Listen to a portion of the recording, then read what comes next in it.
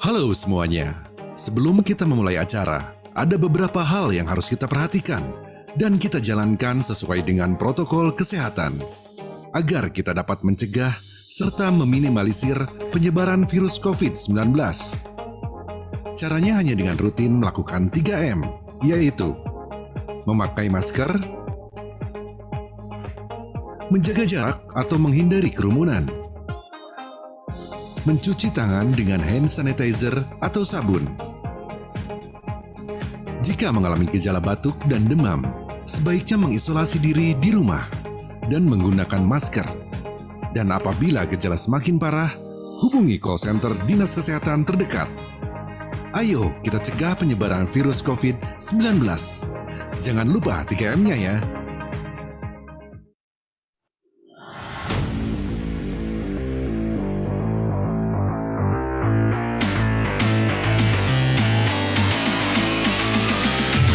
All crew stand by. Audio stand by. Lightning stand by. Audience stand by. In 5 seconds. 5, 4, 3, 2, 1.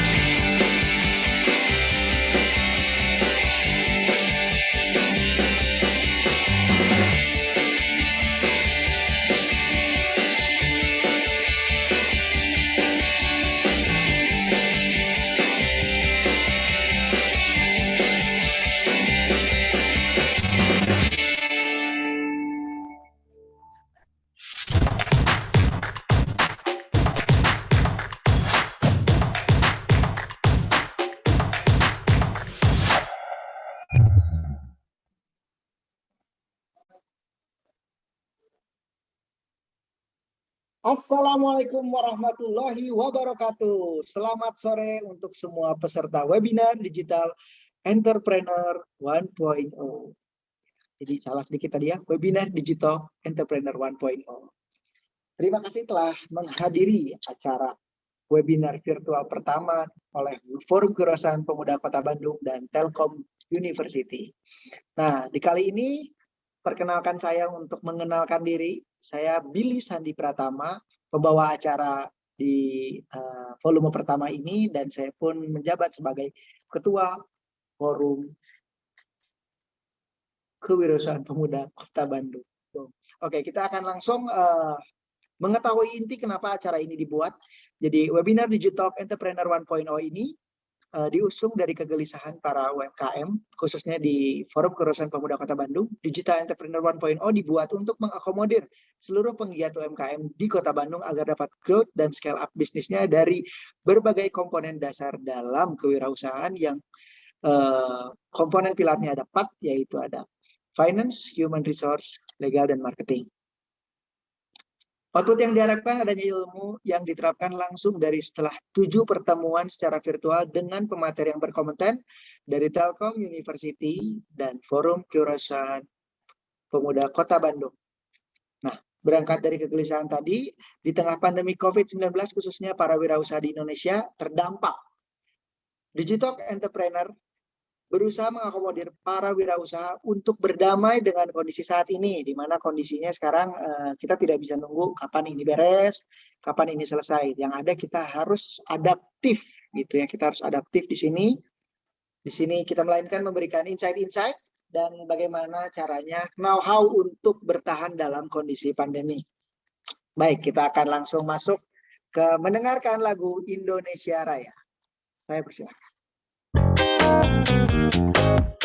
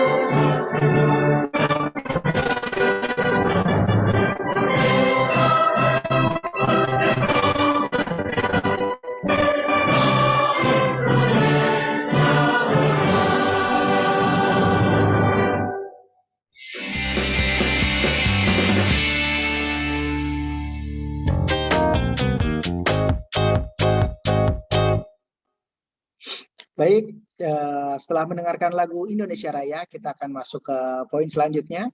Ini adalah video pengenalan pengurus Forum Keurasuan Pemuda Kota Bandung 2021. Di mana di tahun 2021, Forum Keurasuan Pemuda Kota Bandung masuk ke generasi ketiga, dan inilah para anggotanya.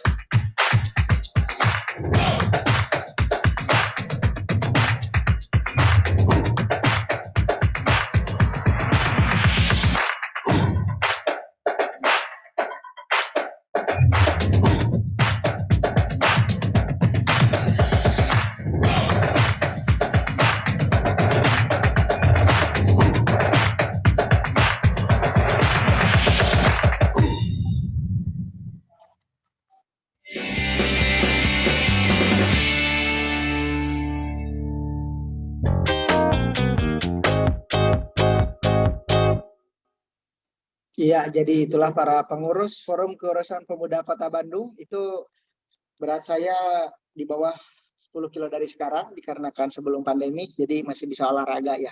Kalau sekarang fokusnya sehat, cari uang untuk anak. Gitu. Jadi kita akan langsung lanjut ya. Kita akan lanjut masuk ke pemaparan materi. Nah, pemaparan materi ini nanti akan dipandu oleh satu orang moderator. Di sini ada dosen prodi S1 Administrasi Bisnis Telkom University, yaitu Yulia Nur Hasanah, MBA. Persilakan.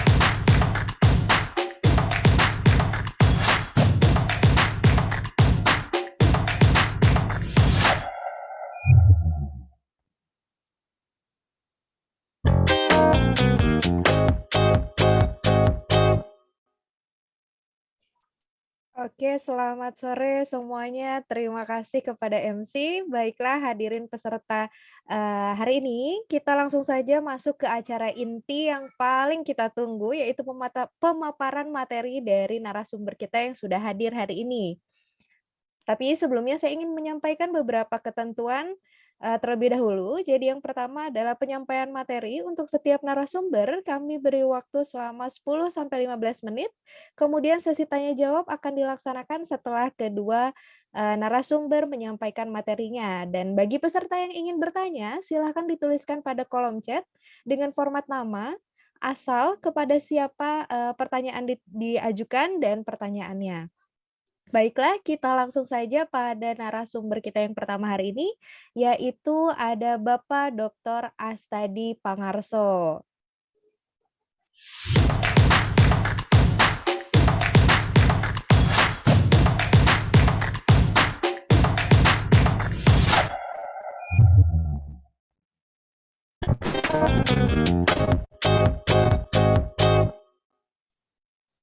Ya, jadi Bapak Astadi Pangarso ini adalah dosen prodi S1 Administrasi Bisnis Telkom University, dan beliau telah menyelesaikan studi doktoralnya di Fakultas Ilmu Administrasi Universitas Brawijaya. Kepada yang terhormat, Bapak Astadi Pangarso, dipersilahkan. Nah, yang selanjutnya adalah actionable. Actionable maksudnya realistis untuk dilakukan. Ya, kita harus pikir rencana yang realistis untuk dieksekusi seperti apa. Relevan itu sesuai dengan tujuan kita membuat rencana, gitu ya. Kita membuat rencana untuk terkait dengan apa? Terkait penjualan kah? Terkait pengelolaan keuangan kah? Atau terkait dengan sumber daya manusia, mengatur manusia. Yang kelima yang penting juga adalah time, waktu. Rencana yang baik adalah rencana yang bisa terukur dengan waktu, kapan mulai, kapan selesainya. Ya, next. Nah, kalau kita berbicara tim yang baik seperti apa tadi sudah ada. Next. Nah, yang pertama adalah kita pecah tujuan menjadi tujuan-tujuan kecil. Kita berbicara tentang tim, berarti kita berbicara tentang orang-orang di dalam tim, yaitu individu. Tugas harus didelegasikan untuk tiap individu, dan setiap individu harus diberikan target. Target tadi yang kita udah bahas sebelumnya ya, adalah yang SMART. Nah, next. Nah, kita harus bisa juga berbicara tentang fokus. Kalau kita berbicara tentang tim, kita berbicara tentang fokus, artinya setiap tujuan-tujuan kecil yang kita sudah susun tadi, kalau bisa dicek setiap hari. Karena dengan adanya checking tujuan setiap hari, maka membuat kita sebetulnya membuat ikatan antar anggota tim. Ya, jadi bukan hanya atasan bawahan, tapi juga anggota tim. Nah, kalau kita berbicara zaman sekarang, yaitu dengan masalah pandemi, ya, kita berbicara tentang virtual atau tim secara daring. Ada dua hal yang penting yang saya pelajari, ya. Yang pertama adalah permasalahan terkait poor typing ability. Jadi kalau kita berbicara tentang daring, kita juga tidak berbicara tentang komunikasi virtual seperti ini, tetapi juga kita berbicara tentang kemampuan kita untuk bisa menulis. Ya, oleh karena itu kita kalau diingatkan lagi tentang pelajaran kita di sekolah gitu ya secara formal, pasti kita bicara tentang bahasa Indonesia. Bagaimana kita menyusun suatu kalimat pemilihan kata yang baik sehingga menimbulkan kita bisa mengharapkan interpretasi daripada kalimat yang kita tulis itu sesuai dengan yang kita maksud. Ya, jadi kemampuan untuk menulis dengan benar ini penting dalam tim virtual ya, karena kita juga harus membahas tentang ini ya menulis sesuatu dalam teks atau dalam berbagai platform sosial media. Terus perlunya adanya reward ceremony. Jadi kita harus bisa mengapresiasi prestasi-prestasi tim secara daring. Ya, oke, next. Yang pertama kita berbicara tim, kita harus satu pikir, ya, the same way of thinking. Kesamaan kita dalam pola pikir kita harus sama dalam menjalankan suatu bisnis. Next. Nah, untuk bisa sama, kita butuh suatu aturan tertulis yang memuat suatu standar perilaku, apa yang boleh, apa yang tidak. Nah, sehingga hal ini akan membuat kita mudah sepakat dan mengurangi kesalahpahaman, sehingga kita lebih kompak dalam mencapai sesuatu, ya, mencapai suatu tujuan. Next. Nah, dalam tim kita juga harus kontribusi, ada perencanaan yang well prepared, dan ada suatu tujuan untuk bisa menyelesaikan suatu tujuan. Kita buat suatu target dan target itu harus tercapai. Kita harus yakin bisa akan sukses. Ya, kita kaitkan dengan tujuan yang smart tadi yang saya nyatakan di awal. Next. Nah, untuk bisa mencapai suatu suatu tujuan, maka kita perlu matriks kinerja. Matriks kinerja itu adalah suatu tabel, ya, misalnya gambarnya suatu tabel yang mencantumkan antara lain indikator kesuksesan pekerjaan kita tuh apa saja. Terus berapa waktu yang dibutuhkan untuk kita dapat menyelesaikan pekerjaan tersebut. Terus habis itu siapa orang-orang yang terkait dengan indikator kesuksesan pekerjaan kita. Terus apa indikator kesuksesan kita itu secara angka, quantity. Itu tuh apa ya? Berapa jumlah penjualan dan lain sebagainya. Nah, terus kita berbicara tentang individual development matrix. Jadi kita berbicara tentang perhatian kita terhadap anggota tim yang lain. Ya, jadi kita harus juga memperhatikan kinerja, bukan kita turut campur kinerja orang, tetapi kita turut aktif untuk membantu ada rekan kerja kita yang anggota tim yang belum bisa mencapai target kerjanya. Next. Nah, kita di perilaku organisasi ada namanya social identity theory, gitu ya. Individual knowledge that belong to certain social group together with emotional and value significance to him of this group membership. Ini gambarnya tentara. Tentara itu punya suatu identitas. Identitasnya dia adalah ya, dia untuk berperang. Begitu juga kita bisnis, kita harus punya identitas. Nah, identitas ini adalah sesuatu hal yang emosional yang mengikat kita satu sama lain bahwa kita berjuang bersama untuk misalnya menghasilkan profit. Ya, seperti itu. Jadi kita sebagai pelaku bisnis UMKM itu punya identitas secara sosial bahwa kita creating value, value-nya bisa value finansial, juga bisa value non financial. Next. Nah, untuk bisa berhubungan dengan baik, social identity theory itu terkait dengan bagaimana kita berinteraksi, berkomunikasi dengan orang lain. Kita terbiasa untuk sharing knowledge, membagikan pengetahuan-pengetahuan yang baik bagi sesama anggota tim, dan juga kita juga menerima feedback kalau kita misalnya dikritik gitu ya.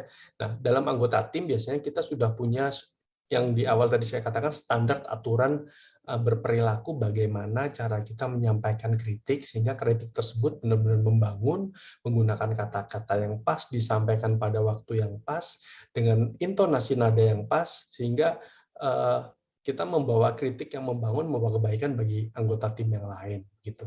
Next. Nah, di sini sebetulnya penekanannya adalah kalau kita pengen bikin tim yang bagus, itu perlu adanya kita berinteraksi, spend time together, both inside and outside of work. Karena berbagai penelitian menyatakan bahwa apabila kita berhubungan secara informal dengan orang lain, dengan nyaman, komunikasinya enak, itu akan membawa pengaruh kepada bagaimana kita bekerja dengan lebih baik dengan orang tersebut. Maka kalau kita berbicara dengan tim, biasanya orang tim bisa bekerja secara formal dengan baik dalam UMKM atau dalam pekerjaan yang lainnya. Itu biasanya katanya karena di luar itu mereka juga sebagai teman yang cocok gitu ya. Next. Nah, di sini kita berbicara tentang keterikatan, kita berbicara tentang identitas untuk bersatu, sehingga hal ini terikat secara emosional. Jadi kalau kita membentuk tim, memang kita harus mau membaur dengan anggota tim yang lain. Gitu, kita tidak bisa, oh pekerjaan saya sendiri, pekerjaan orang lain, nggak bisa. Gitu. Kita nggak bisa antisosial di sini, kita harus mau dengan rela dan sadar untuk bisa meleburkan diri ke dalam ya mungkin dibilang dalam kehidupan orang lain ya, seperti itu ya, kurang lebih seperti itu. Next. Nah, sehingga nanti di dalam interaksi antar tim ini nanti ada yang namanya bagaimana kita mengendalikan diri dan adanya emosi yang terkendali. Dengan emosi yang terkendali ini kita jadi mudah sepakat. Kita tahu emosi itu kan bentuknya macam-macam, ada marah, ada sedih, ada muak, saya lupa ada 5 kalau nggak salah ya. Nah, ini kita bukan berarti emosi tidak dihilangkan, tetapi dikendalikan. Ada kadar-kadar tertentu, apabila sudah mencapai tertentu itu ya harus diturunkan, atau sebaliknya apabila kurang ya dinaikkan gitu. Next. Nah, di tim kita juga berbicara tentang empathy dan care. Jadi artinya kita harus melakukan perhatian terhadap permasalahan yang dihadapi oleh anggota tim yang lain. Tentunya ini bisa terbentuk jika ada komunikasi antar tim biasanya outside of work. Jadi di luar pekerjaan kita juga bisa menjadi teman gitu ya, sehingga kita hal-hal yang di luar pekerjaan yang berpengaruh terhadap pekerjaan atau dalam kita berusaha itu kita bisa saling mensupport gitu. Next. Nah, di sini ini adalah bagaimana kita mencapai suatu high performance team dalam organisasi. Jadi kalau di dalam organisasi itu, keilmuan organisasi itu ada yang namanya high intense teams atau high performing team. Jadi tim yang menghasilkan kinerja yang terbaik. Nah, ini biasanya yang pertama ini kita forming dulu ya, yang sebelah kiri ya, ada garis kotak sebelah kiri ini forming. Artinya apa? Kita bekerja secara grup, kita berbicara pekerjaan saya, yang penting pekerjaan saya beres, pekerjaan Anda, kamu yang kita masing-masing beres saja. Saya tidak perlu berhubungan secara intens dengan Anda gitu misalnya gitu. Nah, nanti dari situ untuk membentuk tim mau nggak mau kita nggak bisa sendiri-sendiri seperti itu. Kita harus berkaitkan, berhubungan, berkomunikasi baik di dalam pekerjaan maupun di luar pekerjaan. Nah, ini nanti ada konflik, ada storming. Ya biasanya performance-nya kita menurun gara-gara kita nggak suka, kita nggak cocok dengan orang lain dalam satu tim tersebut. Tetapi dengan berjalannya waktu kita nanti akan membentuk suatu norm, memahami satu sama lain. Kalau memang tim ini bertahan ya, jadi kalau tim ini bertahan maka kita bisa membentuk suatu yang norming, artinya kita bisa mengenal satu sama lain sehingga nanti akan menciptakan suatu tim yang high performance. Ya, untuk bisa mengenal nanti akan saya jelaskan selanjutnya. Next. Nah, ini dia. Jadi tadi kita sudah melihat grafik bahwa bagaimana cara membuat high performing teams. Nah, di sini sinonimnya adalah tim yang intens. Ya, gimana caranya? Yang pertama kita harus lakukan rekrutmen dulu. Kita harus lihat misalnya dari usia, jenis kelamin, suku, tingkat pendidikan, dan pengalaman. Mohon maaf, ini suku ini bukan berarti kita sara ya, tetapi kita bisa mempelajari, mungkin zaman digital ini kita bisa membuka ini ya, apa namanya, Google Scholar. Di situ nanti kita bisa membuka berbagai hasil penelitian terkait dengan pengaruh misalnya jenis kelamin, suku, atau tingkat pendidikan dan pengalaman terhadap pekerjaan. Apakah orang itu bisa nggak sih jadi anggota tim? Nah, biasanya kita cari yang tim player. Jadi orang yang biasa bekerja keras, extra miles, dikasih target 10, dia bisa dengan otomatis dia menghasilkan 15 gitu misalnya. Nah, kita harus bisa memperhatikan dalam rekrutmen itu adalah first meeting and action. Jadi kita perhatikan dengan detail bagaimana gesturnya, bagaimana cara berkomunikasinya dia, ya. Baru kita masuk ke IQ sama skill, gitu ya. Kita bisa lihat IQ sama skill dari mana? Dari misalnya dari ijazah, misalnya kita interview, apa Anda sudah selama ini sudah melakukan apa prestasi Anda, apa masalah yang Anda hadapi, bagaimana cara menyelesaikan masalah tersebut, gitu ya. Terus yang selanjutnya adalah kesadaran diri. Ya, kesadaran diri bahwa ini orang punya karakter nggak sih? Ya, punya karakter nggak sih? Maksudnya dia mengenal dirinya sendiri nggak? Nah, selanjutnya kita perlu melihat adalah orang ini mudah sepakat nggak? Agreeableness, ya, mudah bersepakat nggak? Atau memang susah banget kalau kita ajukan sesuatu yang berkontradiksi ini, wah pokoknya berlawanan terus. Nah, terus extroversion, ya, orangnya result oriented atau enggak. Terus ya, tentunya yang terakhir adalah emotional stability, gitu ya. Kita juga bisa melihat di situ dari rekrutmen. Nah, next. Nah, untuk training, untuk mencapai suatu tim yang intens, kita bisa lakukan training. Kalau kita zaman digital sekarang biasanya kita bisa buka di Coursera, nanti bisa di Google aja, Future Learn sama Allison. Biasanya tiga website ini menyediakan training-training yang terkait dengan pengembangan diri, baik diri secara pribadi maupun bagaimana kita menempatkan diri dengan tepat dalam suatu tim. Ya, next. Nah, di sini ada beberapa hal yang normatif, ya, bagaimana kita berpartisipasi dalam sebuah tim. Ya, yang pertama kita harus cek dulu keputusan yang akan kita bicarakan bersama anggota tim ini penting nggak sih, gitu ya. Nah, penting biasanya kalau kita berbicara tentang UMKM dan bisnis, ini menghasilkan nilai finansial nggak? Atau ini minimal kalau tidak menghasilkan nilai finansial, ini menghasilkan sesuatu yang bisa membuat tim ini semakin kompak atau tidak. Nah, nomor dua adalah how likely is it your team members will disagree. Jadi kita harus tahu kalau kita membuat suatu keputusan, biasanya dalam suatu meeting atau rapat ada yang namanya nggak setuju. Tapi gimana kita menghadapi ketidaksetujuan daripada anggota tim? Nah, yang ketiga adalah bagaimana kita perlu pengetahuan untuk mengambil keputusan. Untuk mengambil keputusan kita membutuhkan informasi, kita membutuhkan data, kita membutuhkan pengetahuan. Gitu. Kalau zaman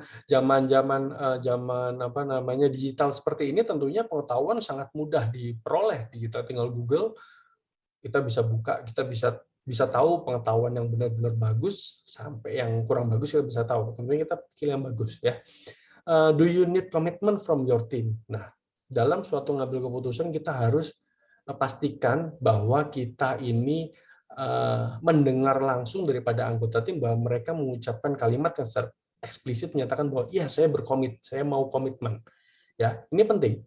Ya, selanjutnya adalah kita perlu adanya waktu, ya, karena waktu terbatas, karena kita harus punya batasan waktu. Kita ngambil keputusannya sampai kapan? Kita harus punya waktu deadline. Nah, terus bagaimana jika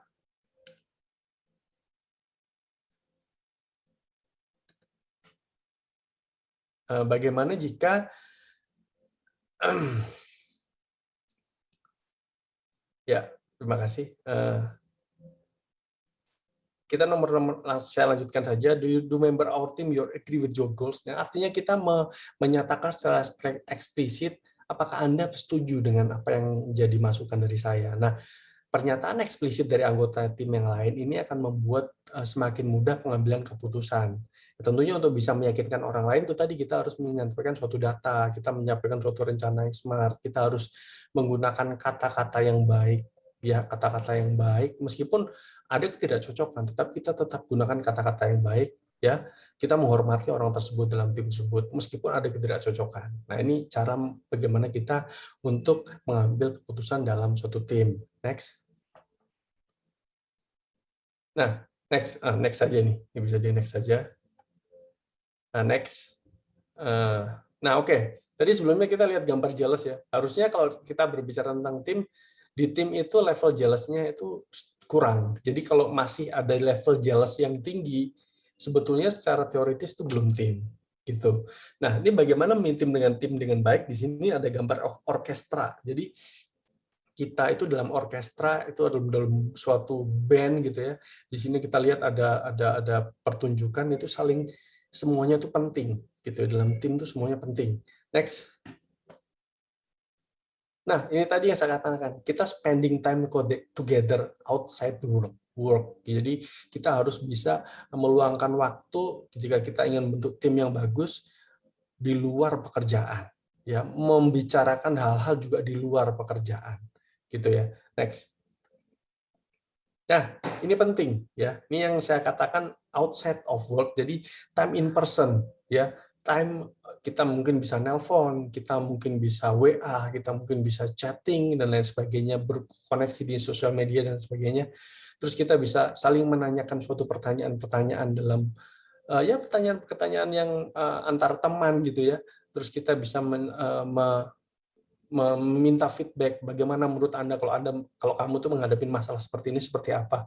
Terus kita bisa kasih saran buat orang lain, improvising, kita bisa mendiskusikan permasalahan yang terjadi terkait dengan pekerjaan maupun di luar pekerjaan. Terus kita juga bisa saling men-challenge ya. Men-challenge itu memberi tantangan bagi teman kita gitu ya. Terus kita juga bisa reflecting on specific results. Kita bisa membahas tujuan-tujuan pekerjaan atau tujuan-tujuan dalam kehidupan yang kita share dengan anggota tim yang lain. Kita juga bisa meningkatkan ya pengetahuan tim yang lain dengan sharing knowledge. Ya, next. Nah, di sini ada witness ya. Kita. Jadi kita berbicara tentang tim, kita berbicara kita, bukan saya. Bagaimana kita mengenal satu sama lain, ya, bagaimana kita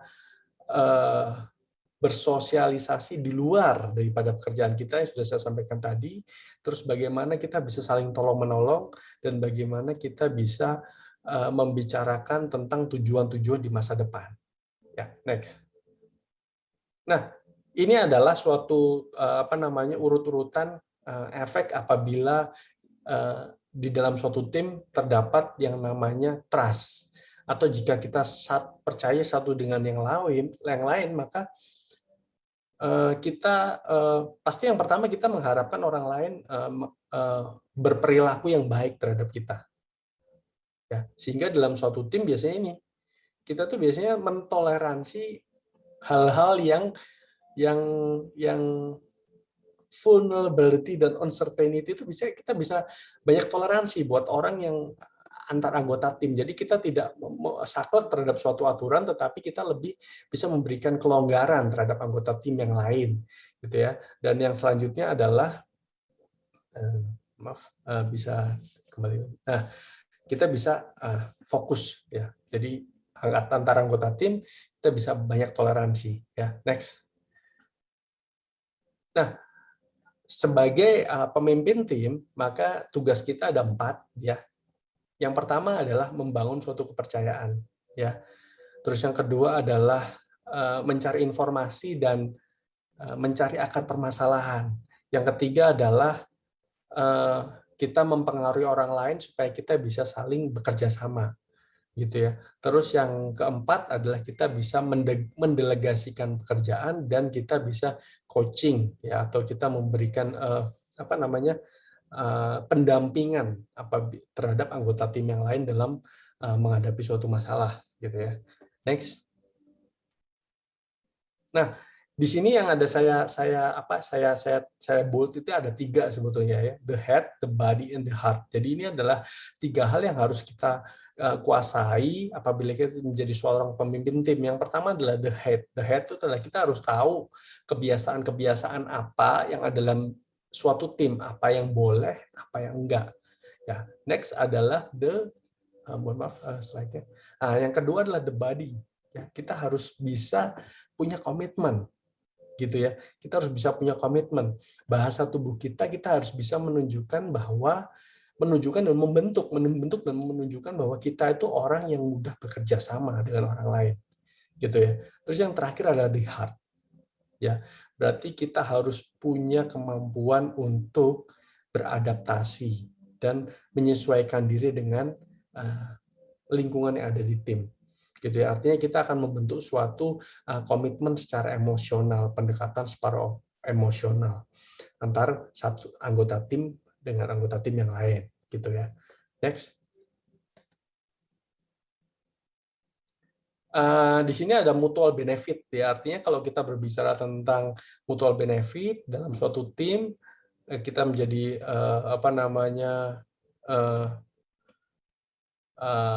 pemimpin daripada tim, maka kita harus juga mempertimbangkan hal-hal yang terkait dengan finansial maupun hal-hal yang terkait dengan non finansial tentunya. Next.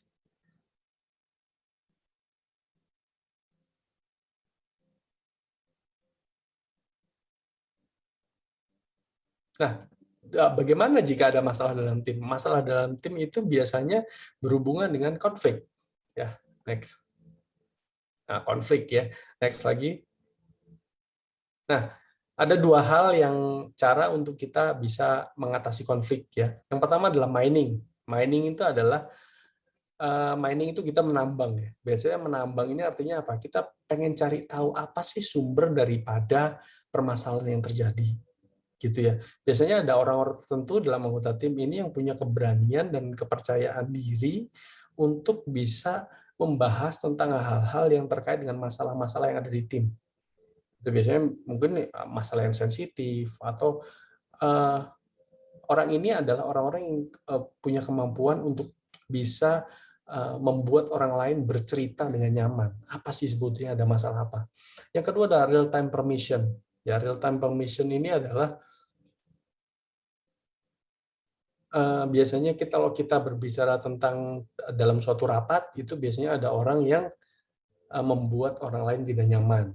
Ya, dan untuk bisa mengatasi ketidaknyamanan ini, biasanya kita bisa membuat suatu pernyataan bahwa, oh mohon maaf nih, kayaknya Anda nggak sesuai dengan track pembicaraan kita hari ini, atau cara penyampaian Anda tidak pas. Nah, biasanya dalam kita menyelesaikan permasalahan dalam tim ini bisa dilakukan dengan keberanian kita untuk menyatakan apa yang mungkin yang kurang benar dengan apa yang sudah ada di budaya tim tersebut. Next. Nah, di sini ada konflik respons ya. Kita fokusnya di konstruktif saja. Gitu biasanya kalau kita berbicara tentang konflik respons, kita menghadapi suatu respons, ini adanya perspective taking, creating solutions, kita menghadirkan suatu solusi, kita juga menyatakan emosi-emosi yang positif, terus kita bisa menyatakan pendapat kita, gitu ya, alasan kita melakukan sesuatu itu apa, gitu ya, terus kita bisa menahan diri untuk diam, gitu ya, tidak menyatakan pendapat dulu atau delay responding, terus yang terakhir adalah kita bisa menyesuaikan diri dengan orang lain. Next.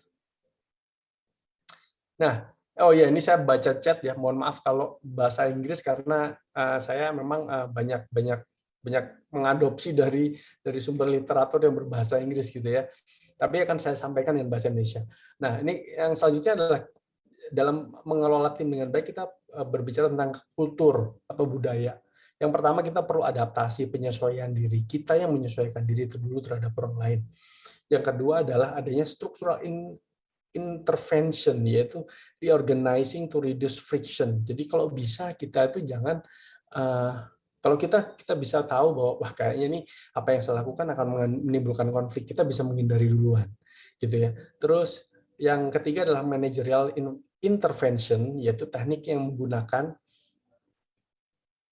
pengambilan keputusan bisa dilakukan dua hal, yaitu kita langsung ambil sendiri, dan kita juga sebagai pimpinan kita bisa mengambil keputusan sendiri, tetapi di hal lain kita juga bisa mengambil keputusan berdasarkan konsensus atau berdasarkan hasil rapat, gitu ya.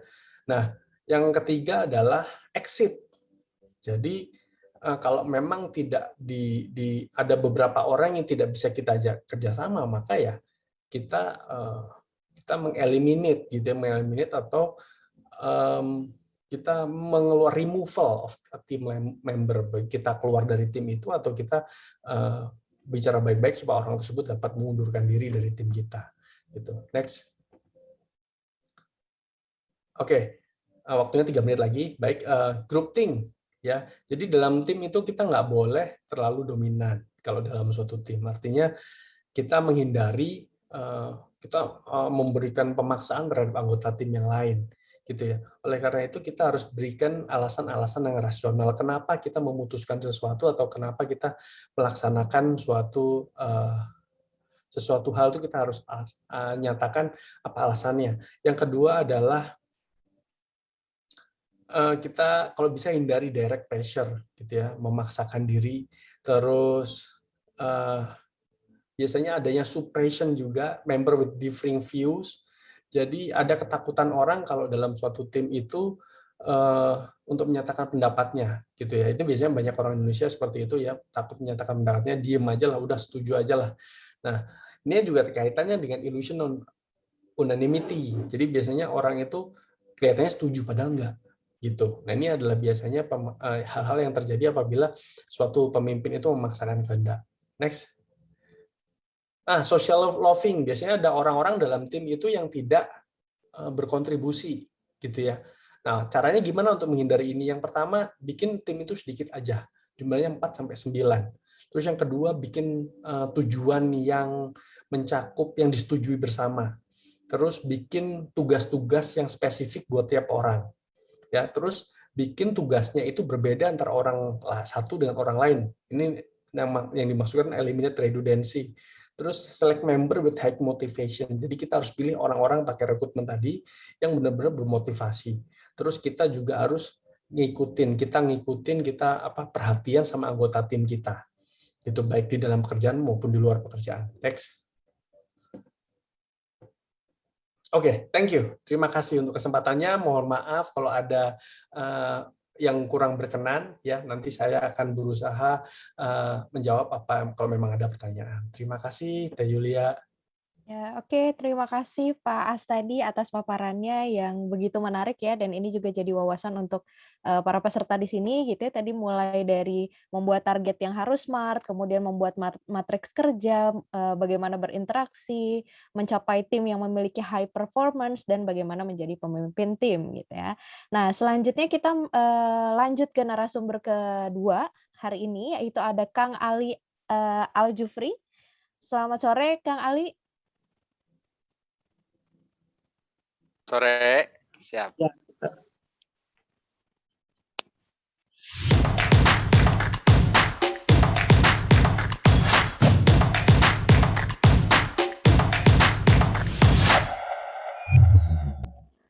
Oke, Kang Ali ini adalah alumni dari Telkom University, jurusan MBTI ya Kang, atau Manajemen Bisnis Telekomunikasi dan Informatika, yang saat ini menjadi seorang entrepreneur dengan berbagai macam bisnis nih yang saya tahu ya Kang, dan salah satunya adalah Spicy One Korean Street Food, benar ya?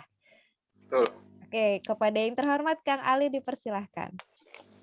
Ya, Bismillahirrahmanirrahim. Assalamualaikum warahmatullahi wabarakatuh. Waalaikumsalam. Salam kenal semuanya. Salam kenal Pak dosen, Ibu dosen, semuanya, teman-teman dari Telkom, teman-teman dari FKP, karena saya alumni dari Telkom University dan juga anggota dari Forum Kewirausahaan Pemuda Kota Bandung. Alhamdulillah kita bisa silaturahmi di sore hari ini. Semoga silaturahminya kita walaupun secara virtual dicatat sebagai amal baik, insyaallah ya. Alhamdulillah.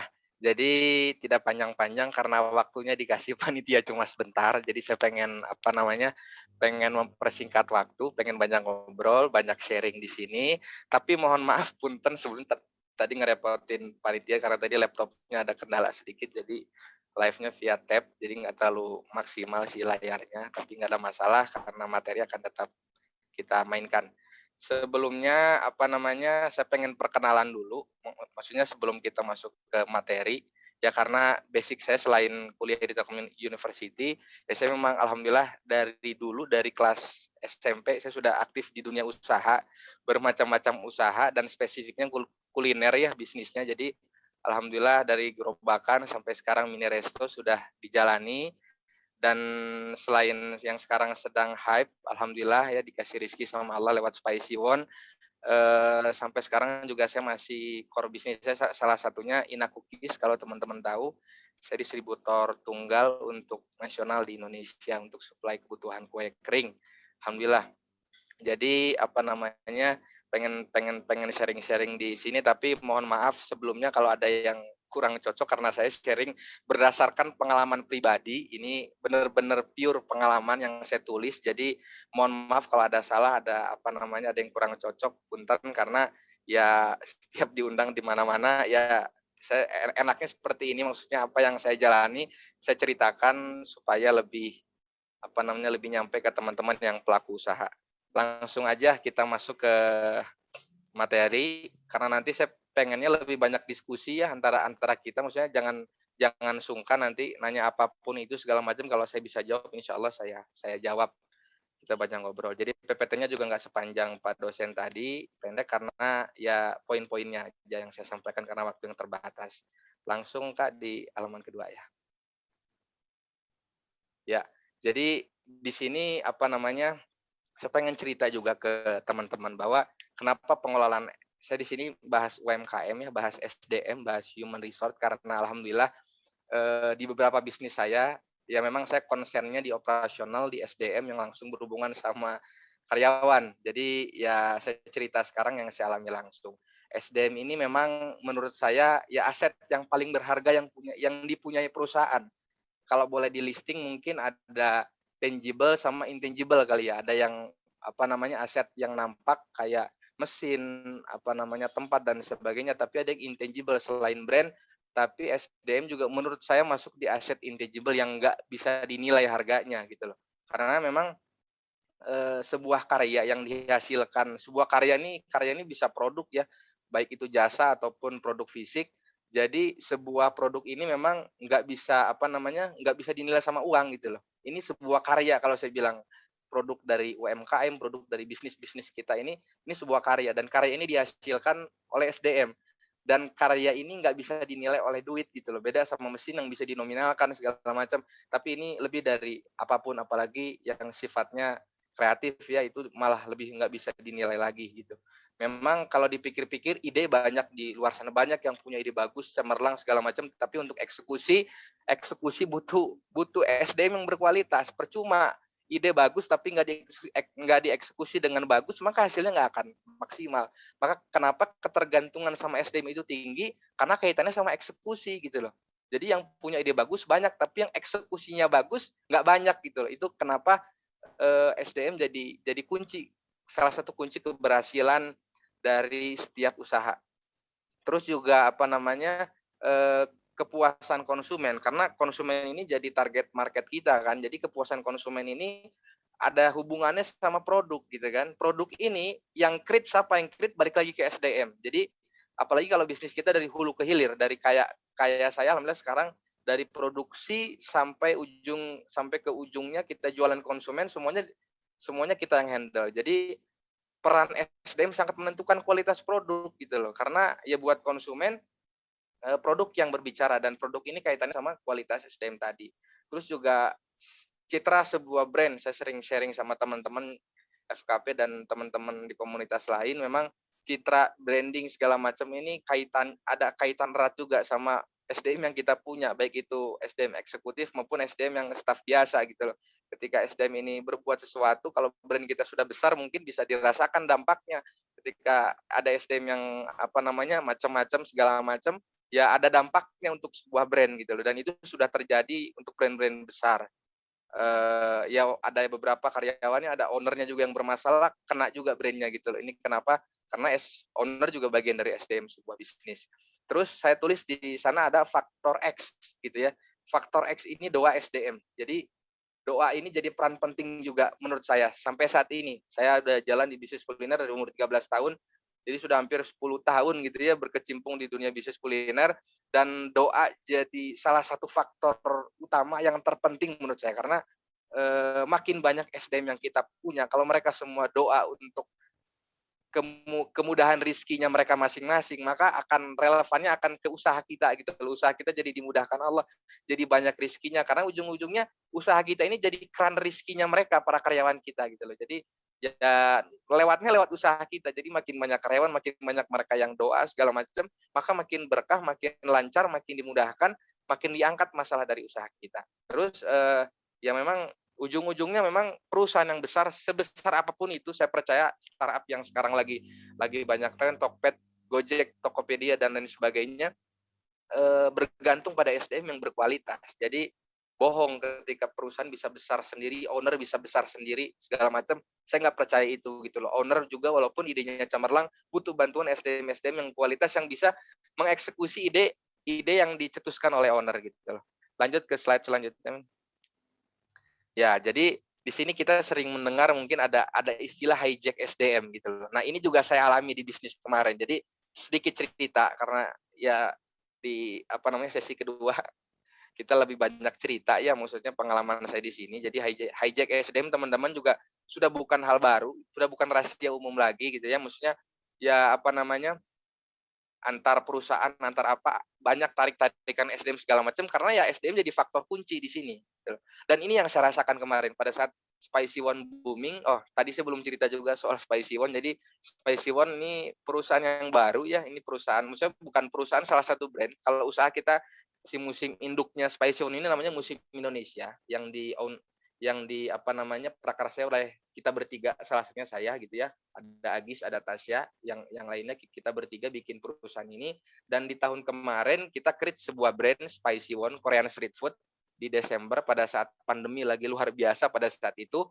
Alhamdulillah gitu, berkat bantuan Allah, berkat pertolongannya Allah, ya memang luar biasa tantangannya. Kita menghadapi masa pandemi yang dimana orang nggak boleh kemana-mana, PSBB juga sudah berlangsung pada saat itu, gitu ya. Terus tempat kita yang pertama, outlet pertama itu persis di dalam gang samping Unisba. Kalau teman-teman yang sudah pernah ke sana pasti tahu tempatnya benar-benar nyumput, nggak kelihatan orang, gitu ya. Benar-benar ya butuh mukjizat supaya itu rame gitu ya. Jadi ya kita bersyukur banget karena kita juga berada di kota Bandung, yang dimana Bandung ini jadi kiblatnya dunia kuliner, kiblatnya industri kuliner Indonesia tuh Bandung gitu loh. Jadi berdarah-darah kuliner yang bersaing di Bandung ini. Jadi kemarin kita dikasih rezeki sama Allah, begitu buka 19 Desember dengan marketing yang sederhana tapi bisa boom, bisa pecah. Dan di sana, nah ini nyambung sama yang tadi saya bahas, hijack SDM. Pada saat itu pecah, rame, antrinya luar biasa, sampai berapa hampir 150 antrian pada saat itu banyak orang, itu jadi sorotan banyak orang gitu loh. Dan banyak orang di hari pertama kita buka sudah minta franchise gitu loh. Dan beberapa orang kecewa dengan pernyataan kita yang belum bisa dulu Kak, gitu kan. Jadi ada orang Cina, saya ingat waktu itu, saking dia pengen buka Spicy One, kita belum pengen buka kemitraan karena kita masih menguji sistem. Itu dia nekat untuk hijack SDM kita.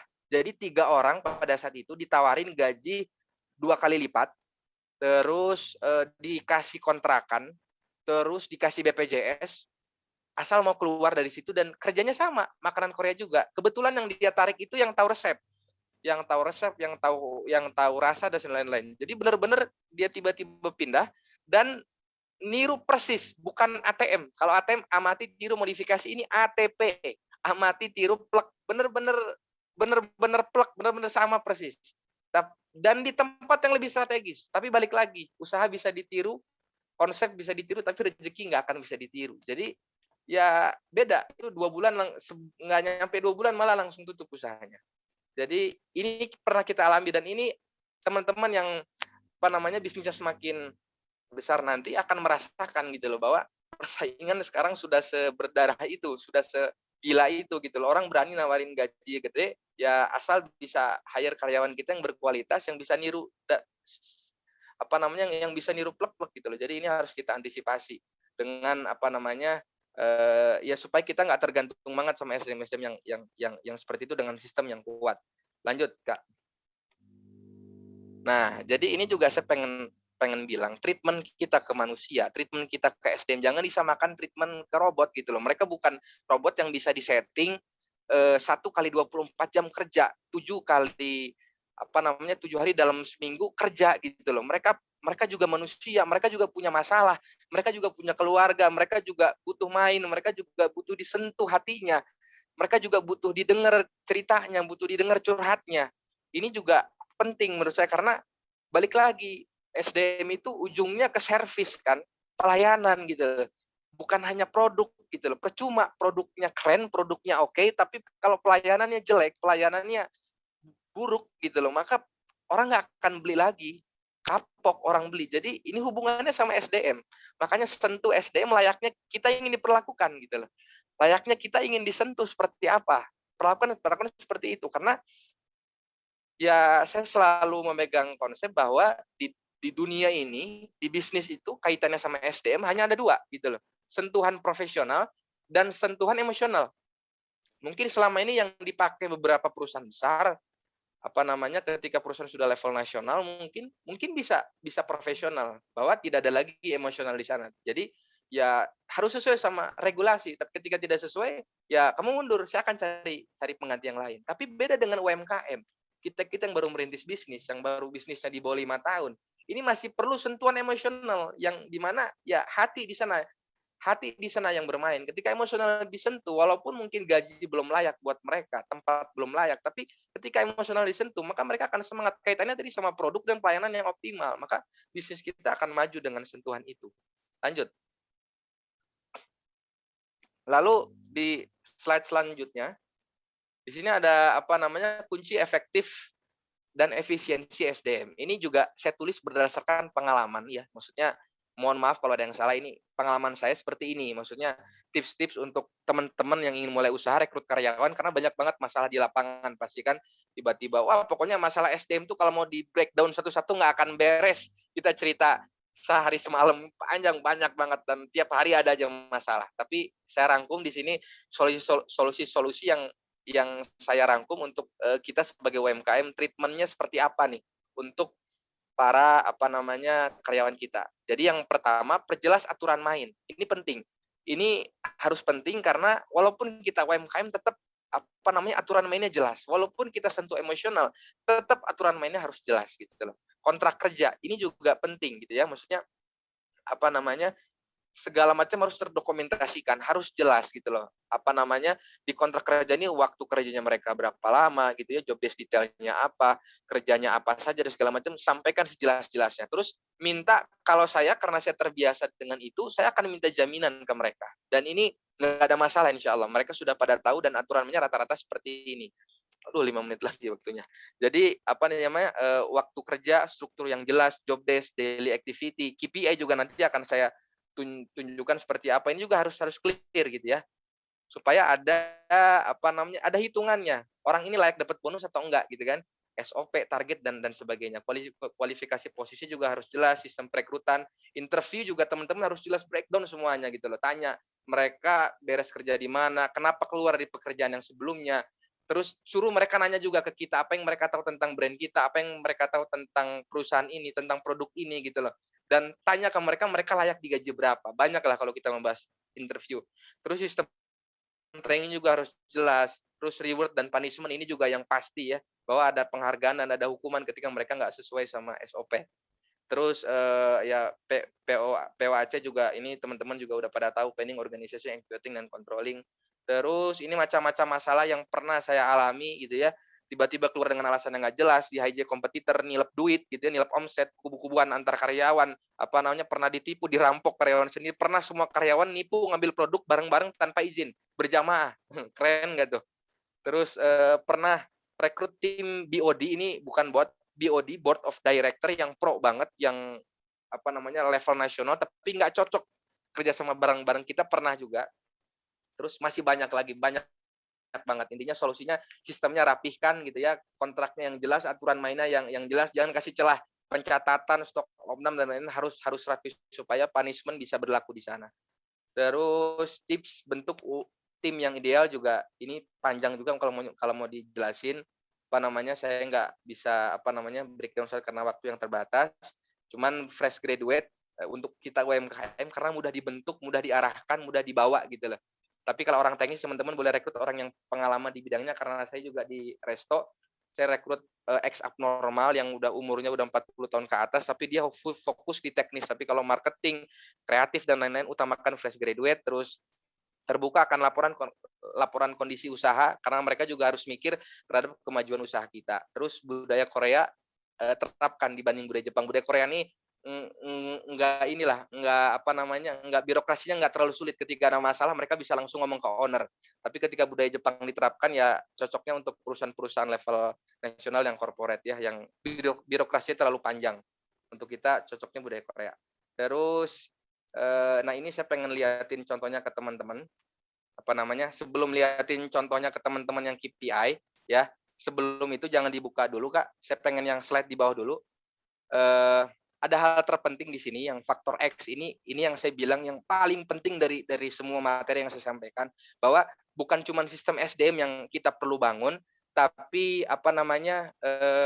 penting juga untuk bangun karakter ruhani dari setiap individu itu. Karena gimana ya ya bagi saya percuma sistem bagus tanpa di backup oleh sistem ruhani yang kuat, maka nggak akan jalan, nggak akan maksimal, nggak akan benar, penuh dengan masalah. Karena banyak banget masalah SDM itu nggak beres-beres. Jadi kita butuh bantuan faktor X, butuh bantuan Allah gitu loh. Jadi kalau ya ajak karyawan kita untuk untuk nurut sama Allah gitu. Jadi prinsip saya, kalau karyawan sama Allah aja nggak nurut, gimana sama kita sebagai owner gitu loh. Sama Allah aja mereka nggak, sama Tuhannya aja mereka nggak nurut, gimana sama aturan perusahaan? Aturan perusahaan ini logika yang simpel. Jadi ini juga saya cantumkan di aturan main perusahaan, aturan main usaha saya, bahwa ini penting gitu loh. Bukan hal yang individu, tapi ini perlu diterapkan di aturan main perusahaan. Sholat berjamaah, briefing pagi, di briefing pagi ada motivasi di sana, ada penyampaian hadis, ngaji bareng. Ini kita bangun budaya yang nantinya budaya ini akan berdampak, akan mudah diatur. Ketika karakter itu bagus, ruhaninya bagus, maka secara emosional mereka mudah nurut ke aturan main perusahaan dan nggak akan macam-macam, nggak akan banyak masalah dan akan jujur. Selama ini kan masalah yang mereka nggak jujur, mereka ini karena kita nggak terapkan itu gitu loh, karena mereka nggak taat sama Tuhannya mereka, gimana mau taat sama aturan main kita gitu kan. Dan saya yakin gitu loh, bisnis saya Ina Cookies bertahan 10 tahun dengan omset miliar per bulan gitu kan, bukan karena saya, bukan karena bisnisnya keren juga, tapi ada faktor X di sana. Yang dimana faktor X ini menentukan 80%, kalau saya bisa bilang 80% usaha bisa maju berkembang karena faktor itu gitu loh. Ya termasuk teman-teman hobi sedekah apa segala macam, tapi pembentukan SDM juga bagian daripada itu gitu ya. Itu juga penting yang nggak boleh teman-teman sepelein gitu loh. Nah, boleh tunjukin contoh KPI. Alhamdulillah dapat tambahan waktu dari itu. Nah, ini contoh KPI, ini yang saya buat, ini salah satu aturan main. Kalau enggak sebelum itu tunjukin yang PDF dulu, Kak, yang aturan main itu. Nah, itu. Buka. Di gede lagi bisa. Nah, ini salah satu, ini teman-teman bisa ambil pelajaran dari sini. Ini yang saya buat untuk perusahaan saya. Jadi ini juga harus tertulis detail. Ini juga aturan main buat SDM, visi misi gitu ya. Terus nanti boleh scroll ke bawah, Min. Ada goals. Ini anak SDM juga harus tahu visi misi kita apa, goals kita apa. Terus nah daily routine di halaman kedua ada daily routine di sana. Kalau kelihatan di Zoom aja ya. Itu ada daily routine, kerjanya shift 1, shift 2 jadi berapa, terus kegiatan di pagi hari detailnya ada apa aja, PIC-nya siapa gitu kan. Terus liburnya hari apa aja, mereka pakai ke kantor seragamnya apa gitu kan. Boleh di-scroll ke bawah aja ke bertahap. Jadi sampai seragam, sampai aturan main, ID card segala macam ini kita aturkan detail walaupun kita level UMKM. Tapi ya positive thinking bahwa kita akan menuju corporate yang besar satu saat nanti. Maka latihan dari sekarang buat ADART yang clear, yang jelas gitu ya. Host of rules-nya juga jelas. Bahkan di sini di host rules ini saya tulis detail. Wajib mengucapkan dan menjawab salam. Ini juga hal-hal sederhana, tapi ketika hal-hal sederhana diterapkan bagi mereka terbiasa dengan itu, maka akan muncul budaya yang positif tanpa perlu disuruh, dan mereka dengan sendirinya akan berlaku jujur. Percaya deh, percaya. Benar itu saya alami. Ketika hal-hal begini kita terapkan, maka mereka terbiasa disiplin, termasuk dengan pekerjaan, dengan target dan lain sebagainya. Gitu, staffing dan lain-lain. Udah cukup, Min. Langsung ke Excel aja. Saya mau tunjukin yang KPI tadi. Masih panjang itu aturan mainnya. Nah, ini aturan main, beberapa aturan main, saya punya beberapa KPI, cuman ini salah satunya aja saya minta ke panitia, boleh di zoom lagi. Nah, ini yang saya terapin di usaha saya yang sekarang, supaya saya bisa menilai orang ini layak dapat bonus atau layak dapat punishment, layak dapat reward atau layak dapat hukuman gitu kan, karena harus ada hitungan yang kita juga nggak bisa ngarang, jadinya zolim kalau ngarang. Jadi ini lembaran yang kita nanti print untuk setiap karyawan, karena kemarin kita sempat sampai 70 karyawan, jadi banyak banget. Jadi dengan sistem seperti ini memudahkan banget untuk kita menilai baik buruknya karyawan gitu. Maksudnya aturan main kita di lapangan diterapkan atau enggak. Jadi si format ini nanti di print, diisi sama 2 orang yang mereka nggak tahu siapa yang ngisi itu. Jadi secara acak random gitu ya, per bulan kita bagi di sana. Terus format ini diisi oleh masing-masing orang. Jadi si satu orang ini, misalkan si A ini kita kasih format, kamu menilai B gitu loh. Nah, yang menilai B ini A sama C, yang menilai C ini B sama A. Nah, itu saling nggak tahu tuh mereka menilai kesehariannya masing-masing. Jadi nanti di akhir bulan ketahuan nih mereka masuk tepat waktu atau enggak, walaupun ada fingerprint, tapi tetap terus mereka sesuai nggak aturan mainnya, etikanya gimana di lapangan, pada saat launching sesuai nggak sama SOP yang kita berikan dan lain-lain. Ini banyak banget kalau mau dijabarkan. Ada KPI yang umum, terus ada KPI spesifik untuk admin, KPI spesifik untuk orang di outlet, untuk yang masak, untuk waiter, untuk kasir, untuk dan lain-lain, banyak banget KPI-nya. Gitu loh. Nanti kita nanti harus ada waktu khusus lah ini untuk breakdown ini. Balik lagi ke slide, Min, PPT. Balik lagi ke PPT. Nah, jadi cukup mungkin gitu ya. Tadi sudah ada hal yang terpenting, faktor X tadi penting untuk kita jalani semuanya gitu ya. Selain sistem SDM, tapi keruhaniat, karakter Islami gitu ya, kita kenalkan mereka lebih dekat sama Tuhannya, lebih dekat sama Allah, supaya kalau Allah udah campur tangan ya, itu masalah beres. Percaya deh, kita nih sepandai-pandainya kita, sepinter-pinternya kita, sekuat-kuatnya kita, ada masalah sebesar tuh ya tetap nggak mampu nyelesain sendiri, kita butuh pertolongannya Allah. Makanya terapkan ini di SDM kita gitu. Itu aja paling. Udah habis juga waktunya, panitia udah ngingetin juga. Jadi saya bukan dosen ya, jadi nggak bisa panjang-panjang materinya. Jadi enaknya kita diskusi, tanya jawab, karena ilmu saya juga terbatas. Jadi kita enaknya diskusi, sharing aja ya. Makasih panitia.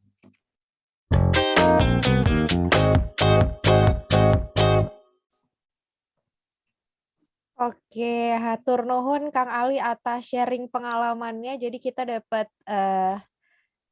wawasan atau cara pandang lain gitu ya. Kalau tadi dari Pak As tadi kita belajar, kita dapat wawasan seperti ini loh.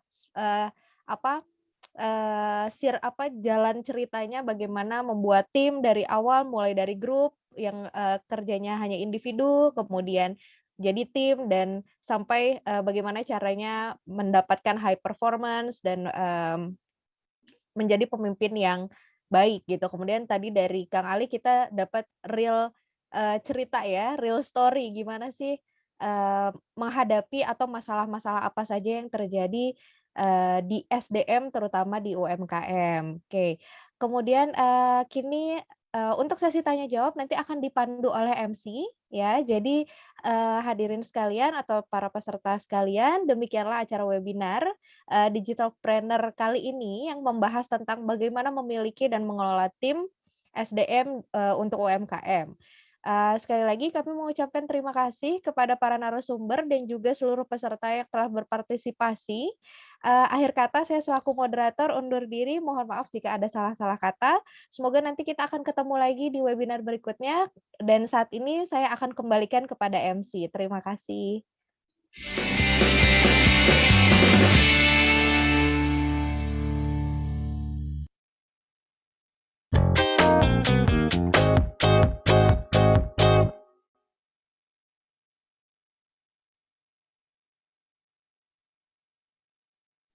Masih di mute, Kang Billy. Itu sengaja. Ya, jadi mantap sekali tadi ya, udah ada 2 pemaparan materi, yang satu dari dosen dan satu lagi dari praktisi sendiri. Tadi kalau dengar Kang Ali ngobrol gitu, jadi kedengarnya tuh kayak harus ada instrumen opik gitu, biar kayak di TikToknya Kang Ali gitu ya. Mungkin kita langsung masuk ke tanya jawab. Di sini mungkin tadi saya lihat ada beberapa pertanyaan. Mungkin saya coba buka di yang chat dulu, biar nanti langsung dijawab. Mungkin saya multiple screen-nya boleh langsung dimasukin 2 narasumbernya, Bapak Operator. Nah, di sini sudah hadir keduanya ya. Ini pada di mute ya? Ya, Kang Billy, atur nuhun. Kang Ali Siap. juga, terima kasih. Pak Ketua, siap. Pak Dosen, siap. Mungkin ini ya, kita masuk ke sesi tanya jawab ya. Tadi ada beberapa catatan di sini juga dan ada beberapa pertanyaan. Nah, yang pertama itu adalah di zaman sekarang ini mungkin dari teman-teman UMKM juga sangat terasa ya bahwa banyak sekali pegawai-pegawai yang sudah masuk di corporate yang skalanya nasional atau yang memang sudah bersifat profesional, itu malah mereka berpindah ke UMKM atau ke startup. Nah, ketika dia pindah ke startup, ini kan ada positif negatifnya. Tadi kalau saya lihat dari yang Kang Ali dulu ya, dari yang Kang Ali tadi dilihat, misalkan kita bisa mengambil ilmu kalau misalkan hiringnya yang profesional. Nah, di sini tuh banyak banget karyawan-karyawan yang baru sekitar 3-4 tahun bekerja di perusahaan skala nasional, multinasional gitu, berpindah justru ke skala UMKM. Nah, jeleknya ini dari beberapa pengalaman teman-teman malah membawa budaya profesionalnya sehingga UMKM yang seharusnya memiliki engagement kuat atau keterikatan emosional kuat dengan timnya karena jumlahnya pun mungkin tidak bisa terbilang banyak gitu, malah jadi berubah budaya dan menyebabkan si UMKM ini sulit untuk berkembang. Nah, dari Bapak dosen nih sama Kang Ali, apakah ada solusinya atau pendapatnya mungkin boleh dijawab? Dari Bapak dosen dulu ya, Pak Astadi ya. Ya, baik, Kang Billy. Ya, terima kasih untuk kesempatannya. Ya, jadi ini ada fenomena yang menarik ya. Jadi ada orang yang beberapa teman kita yang dari profesional pindah jadi UMKM startup, terus lalu membawa gaya profesionalitasnya itu ke bisnis UMKM ya. Jadi sebetulnya kalau saya kembalikan lagi ke tim ya, kita berbicara tentang tim di UMKM, maka sebetulnya harus ada shifting, harus ada perubahan dari profesional ke tim ya. Jadi kalau tim kita berbicara tentang keterikatan emosional. Keterikatan emosional biasanya kalau dalam grup yang kecil itu kita bisa saling tahu satu sama lain secara langsung dan kita terkoneksi mungkin setiap hari kalau kita berbicara tentang tim ya. Jadi artinya kalau dari profesional itu dibawa mentah-mentah ya, mentah-mentah full ke UMKM tentunya tidak bisa, artinya harus ada penyesuaian karena biasanya yang saya tahu ya kalau profesional biasanya unsur grupnya masih tinggi, jadi unsur saya Anda itu masih tinggi sekali ya. Tapi kalau kita berbicara tentang UMKM apalagi yang masih startup, tentunya kita sangat membutuhkan anggota tim yang lain untuk bisa create value ya, menghasilkan profit, melaksanakan operasional harian dari hari ke hari gitu. Mungkin gitu. Mungkin bisa ditambahkan dari Kang Ali ya, mungkin. Baik Pak, mungkin Siap. mau menambahkan sedikit dari pertanyaan ini lagi ya. karena ini berhubungan dengan tadi materi yang Pak As tadi ya. Di sini kan kita diminta untuk spending time, maksudnya bonding untuk tim ini. Nah, ketika budaya profesional masuk, biasanya mereka ini justru menghindari waktu-waktu untuk spending, karena Ya. mungkin ada kebiasaan sebelumnya atau traumatik ketika spending malah dikasih kerjaan sampai weekend gitu. Ini tuh. Ya, itu memang hal-hal yang mungkin dalam realitanya bisa terjadi, tapi kan memang gini ya, maksudnya hal itu bisa terjadi, memang tergantung daripada karakteristik ownernya itu sendiri gitu ya. Akan tetapi kalau kita berbicara dari sudut keilmuan yang cenderung ideal, jadi sebetulnya memang saya memberikan himbauan ya bagi para pemilik usaha gitu ya. Tolong jangan terlalu gimana ya memanfaatkan situasi yang sudah cair dengan timnya itu dengan dalam tanda kutip disisipi dengan memasukin ekstra pekerjaan gitu. Jadi mungkin bisa dilakukan, tapi cuman mungkin kalau saran saya pakai irama ya, jangan setiap kali ada bonding outside pekerjaan, wah ini ada kesempatan, ini udah kondisinya udah enak, saya masukin, saya tambahin kerjaannya lagi. Mungkin nggak selalu seperti itu, mungkin juga boleh, tapi jangan terlalu sering sehingga nanti dianggap tim kita nih, wah ini kalau ada bonding keluar berarti nanti ada sesuatu nih kerjaan lagi. Mungkin gitu ya Kang ya, jadi pakai irama aja gitu. Baik, cukup solutif itu Kang. Oke, kita coba masuk lagi satu buat Kang Ali ya Kang ya. Ini masalah tadi ya tentang faktor X ya. Faktor X ini mau jadi konten TikTok nggak Kang? Mainkan. Jadi tentang sistem rohani ini ada beberapa pengalaman dari teman-teman. Ini salah satunya dicatat bahwa banyak juga ini dari teman-teman pengalamannya adalah ketika dia meng-hire tim untuk di dalam perusahaannya, secara pekerjaan ini bagus gitu, tapi memang secara faktor X itu kurang. Nah, alhasil ketika tim ini berjalan, terjadi pincang yang sangat tidak terlihat. Setelah diketahui memang justru kalau sekarang tuh zaman ini kan ya, orang-orang tuh toxic people.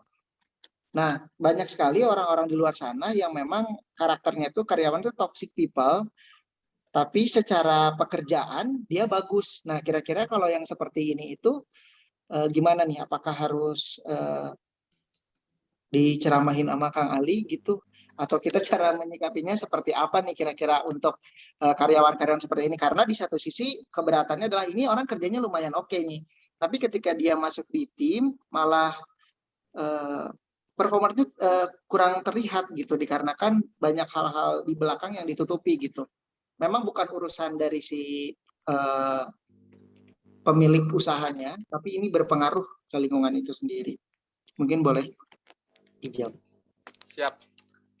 Nuhun Kang Billy. Jadi pengalaman saya sampai sekarang juga ya belum perfect 100% sesuai apa yang diharapkan si SDM tuh. Jadi memang ya bertahap, step by step ya, namanya orang hijrah juga pelan-pelan ya, maksudnya nggak bisa langsung dalam waktu yang singkat gitu. Yang penting ikhtiar kita ya bikin peraturan gitu loh. Maksudnya ya mumpung kita owner gitu ya, jadi kita punya hak untuk bikin peraturan gitu loh yang buat mereka ya terkekang, karena kita kasih hak ke kalian loh gitu loh. Kita kasih gaji kalian, ya ikuti aturan mainnya. Di mana-mana ada hak dan tanggung jawab, ada hak dan kewajiban gitu kan. Nah, kewajibannya apa? Salah satunya poinnya itu tadi, Kang. Faktor X itu masukin di poin-poin itu gitu loh. Maksudnya di briefing pagi, selipin di sana ada ngaji sebentar aja walaupun 5 menit, terus ketika waktu sholat berhenti sebentar gitu ya. Maksudnya ya sholat dulu dan lain. Ini penting menurut saya, meskipun di luar jam kerja mereka kayak gitu lagi nggak ada masalah. Seenggaknya di jam kerja kita minta mereka ikuti aturan mainnya perusahaan gitu loh. Selama kalian berada di jam kerja gitu loh, dimana ya ini dalam naungan kita, dalam tanggung jawab kita gitu loh. Dan kita yang akan dihisap ketika kalian ada di jam kerja ini nggak ikuti aturan mainnya gitu loh. Ya itu yang kita bisa bikin ya, terlepas mereka apa namanya, di luar begitu lagi nggak ada masalah. Saya juga ada beberapa orang karena saya aturan mainnya clear, ada orang yang masuk kerja pakai kerudung, keluar kerja buka lagi kerudungnya. Tapi nggak ada masalah dengan itu gitu loh. Satu saat mereka akan, saya yakin akan 100% gitu loh. Cuman ya kitanya harus sabar ya, gimana lah kita ngebimbing anak ya, pelan-pelan pelan-pelan pelan-pelan gitu. Satu saat kita akan sesuai harapan kita. Gitu Kang Jeli. Wah, mantap sekali, Kang Ali hatur nuhun. Ini ada 2 pertanyaan lagi. Ini dari Kang Niko ya, buat Kang Ali nih. Assalamualaikum warahmatullahi wabarakatuh. Pertanyaan untuk Kang Ali, mohon di-share pengalaman bagaimana mencegah ikhtilat antara karyawan pria dan wanita. Misal dipisah bagiannya, bagian frontline wanita semua, produksi lelaki semua, atau seperti apa Kang? Kalau misalkan dari Kang Ali. Mungkin boleh langsung dijawab. Ya. Sampai sekarang belum sedetail itu ya Kang ya. Maksudnya saya belum sedetail itu, peraturannya masih di tahapan ya, yang penting mereka yang wajib mereka kerjakan dulu, dan itu mah jelas ya, maksudnya jangan sampai berduaan ya antara karyawan di satu momen yang bersamaan. Maksudnya kalau masalah kerja mah tidak ada masalah, yang penting di jam kerjanya diawasi, aturan mainnya jelas, terus mereka ikuti dulu yang wajibnya, belum sampai ke tahapan dipisah yang produksi cewek semua, cowok semua, belum sampai ke tahapan sana Kang. Karena buat saya balik lagi tadi saya udah bilang bertahap gitu ya, mereka sholat dulu itu udah suatu hal yang luar biasa. Mereka ikuti dulu aturan yang wajib, baru nanti kita detailkan aturannya ke yang lebih spesifik supaya makin berkah usaha kita. Gitu Kak. Siap. Mantap nih, jadi nanti karyawan kalau bisa sampai kayak gitu udah oke banget ya. Betul. Nah, ini buat Kang Astadi nih Kang. Ini dari saya nih ya, mau Ya. nanya. Tadi di materi presentasi Pak Astadi itu menjelaskan ada 7 kriteria untuk pengkurasian tim ya. Yang salah 2-nya adalah IQ dan skill, terus kesadaran diri. Nah, pada kenyataannya kan dari 7 poin ini tidak semuanya dimiliki oleh calon karyawan sendiri gitu.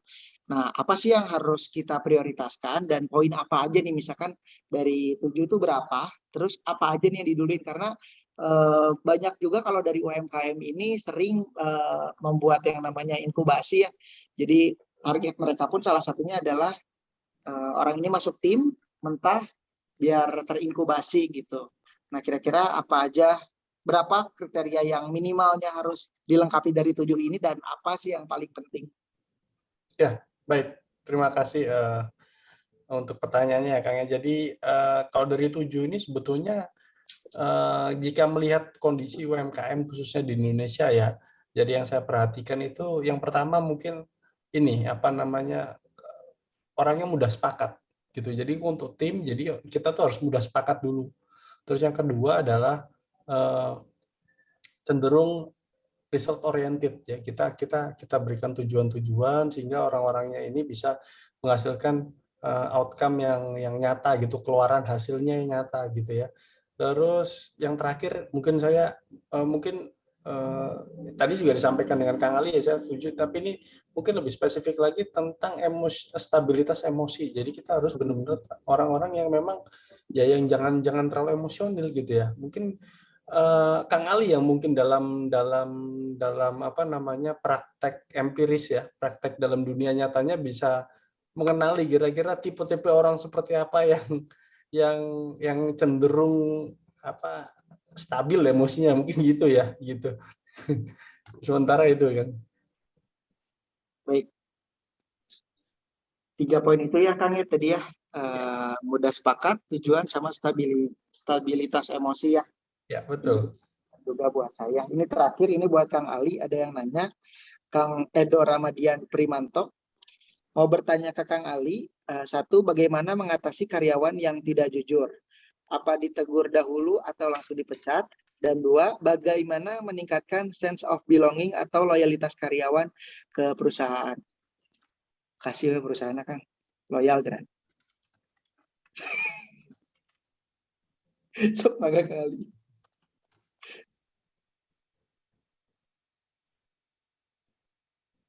Kayaknya di mute Kang Ali. Punten. Iya. Jadi pertanyaannya tadi gimana apa namanya nyikapin karyawan yang nggak jujur. Jadi simpel Kang. tadi saya udah jelasin aturan mainnya harus jelas dulu, harus clear dulu supaya kita tahu karyawan ini nggak jujurnya di mana nih gitu kan. Ketika sudah ada regulasinya sudah jelas, sudah dibuat. Kalau saya di usaha saya yang sekarang, saya terapin SP, Kang, surat peringatan gitu loh.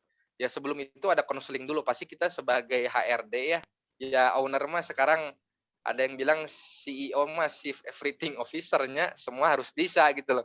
Bisa finance, bisa marketing, bisa ngelola karyawan dan sebagainya. Jadi ya konseling dulu gitu loh, ambil dulu mereka, tanya dulu mereka kenapa melakukan ini, kesalahannya di mana, salah di mereka atau salah di kita sebagai pembuat regulasi, salah di kita atau salah di mereka gitu kan. Ini juga harus clear dulu. Setelah pure itu salahnya mereka, baru kita berlakukan gitu loh.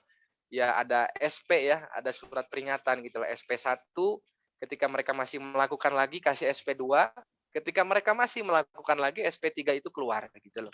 Jadi ini sanksi-sanksi yang bisa teman-teman terapkan, ya sanksinya bisa macam-macam disesuaikan sama kebutuhan usaha teman-teman. Cuman kalau saya seperti itu. Jadi bahkan saya di staffing juga sangat detail, bahkan di tahapan BOD Board of Director itu nggak ada toleransi gitu loh, karena mereka harus jadi contoh untuk bawahannya. Jadi ketika mereka ngelakuin kesalahan sekali udah nggak ada toleransi. Jadi kita nggak bisa toleransi itu. Jadi ya inilah yang kita pengen bangun budaya dan yang yang di atas mencontohkan kebaikan juga supaya kita nggak hanya merintah tapi juga mencontohkan kebaikan. Terus tadi gimana caranya supaya loyal nih karyawan, sense of belonging ya, maksudnya sederhana, Kang. Makanya ini yang sering saya terapkan di usaha. Saya terbuka dengan kondisi usaha saya gitu loh. Saya terbuka dengan laporan keuangan yang mungkin bagi sebagian perusahaan ini secret, saya akan buka supaya mereka tahu gitu loh. Ketika kita nggak bisa, contohnya PPKM seperti ini, usaha susah segala macam, saya buka-bukaan gitu loh. Kita terima omset hanya segini, beban kita segini, kita punya profit segini, kita minus rugi segini gitu loh. Jadi mereka tahu, mereka layak dapat profit atau layak dapat bonus atau enggak gitu loh. Minimal gajinya mereka terselamatkan, mereka sudah aman. Nah, di sana justru dengan kita kasih tahu seperti itu, mereka bantu mikir gitu loh. Mereka bantu ngasih ide-ide yang brilian, mereka bantu ngasih ide-ide yang nggak kepikiran sama kita gitu loh. Gimana kalau kayak gini, Pak? Gimana kalau kayak gini? Gimana kalau kita buat seperti ini? Gimana kalau kita muncul seperti itu gitu loh. Karena kita terbuka dengan mereka, mereka juga punya rasa gitu loh. Saya ingin bukan cuma sekedar kerja, saya ingin ngasih kontribusi lebih buat mereka. Jadi cara merangsangnya seperti itu. Ajak mereka mikir, ngobrol berdua, apa yang mereka bisa kasih insight gitu loh. Karena ada yang beberapa sudut pandang yang owner nggak bisa lihat, tapi dilihat oleh mereka yang ada di lapangan hari-hari. Gitu, itu yang saya terapin. Gitu, Kang Edo. Kang Edo ya. Baik, untuk diskusi tanya jawab mungkin kita akhiri aja. Terima kasih sekali lagi ya buat Mbak Yulia, untuk Pak Astadi dan Kang Ali. Kita sebentar lagi akan masuk ke salah satu yang ditunggu. Kita akan bagi-bagi hadiah. Ini di yang pertama, acara virtual webinar FKP. Oke, di sini kita akan menyiapkan 10 pertanyaan. Tapi sebelum itu kita akan foto bersama dulu. Kita akan foto bersama. Ya, 1, 2, 3.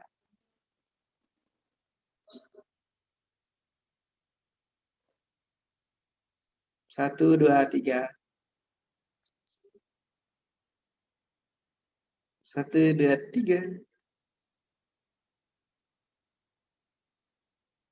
Oke, sekali lagi terima kasih untuk Mbak Yulia, Kang Ali, dan Pak Astadi. Kita akan mulai ke kuis ya sekarang. Kita akan masuk ke kuis. Ini hadiah, total hadiahnya ada 500.000 untuk 10 orang yang tepat, yang jawabannya skornya paling tinggi. Kita akan pakai aplikasi Kahoot. Mungkin kita bisa mulai masuk. Oh, ini ada yang nanya, izin tanya apakah ada form untuk klaim sertifikat? Nanti setelah ini linknya kita berikan.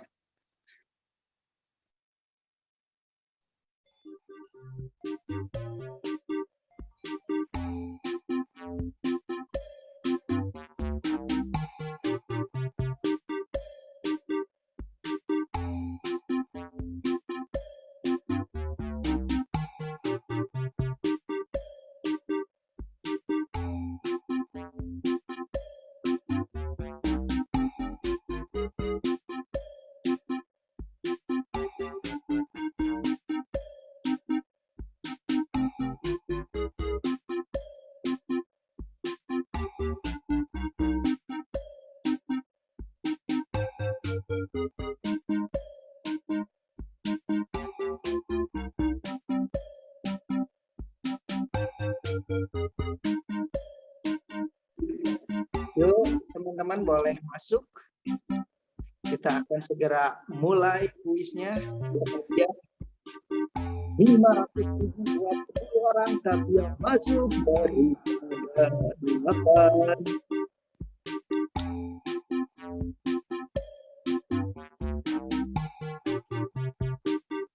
Oke, dibuka aja www.kahoot.it.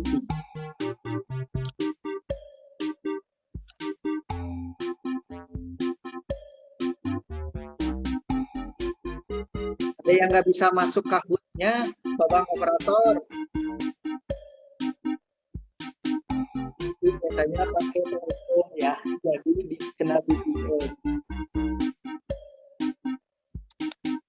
2, 3, 4, 5, 6, 7, 8, 9, 10, 11, 12.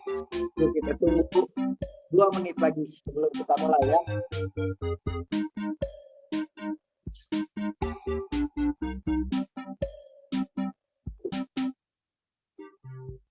Oke.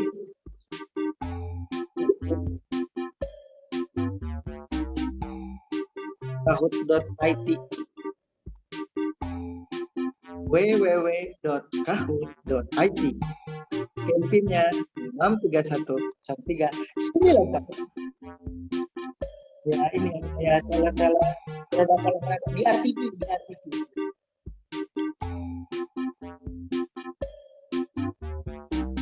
Sudah tidak akan bertambah lagi, kita akan mulai. Saya nggak bisa masuk Kahoot.it-nya. Yang nggak bisa masuk ada 2 kendala, mungkin kalau nggak jaringan berarti pakai jaringan IndiHome. IndiHome lihat webnya itu terus gitu ya. Oke. Baik, kita bakal mulai ya. Terusnya kita akan mulai. Kita akan mulai dari hitungan. Kita akan mulai, siap-siap.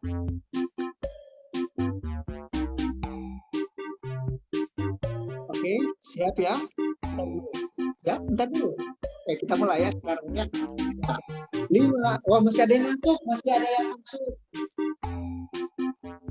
Oke. Yang nggak bisa mohon maaf. Kan, rezeki sepertinya itu bukan rezeki. Kita akan mulai. Semangat semuanya. Oke, kita siap. 5, 4, 3, 2, 1. Babang Operator. Oke.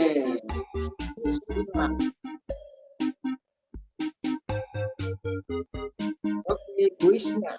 Singkatan dari apa itu? MKM. Oke. A, usaha mikro kecil dan menengah. B, usaha makro besar dan menyisih. Usaha makro kecil dan menyisih.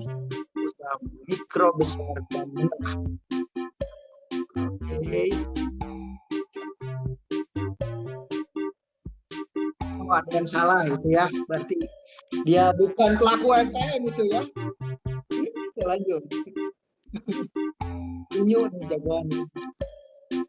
Oke.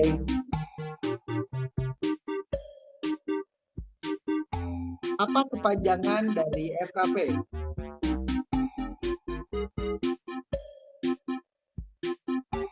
Forum Karya Pemuda. Forum Fraksi Karya Pembangunan.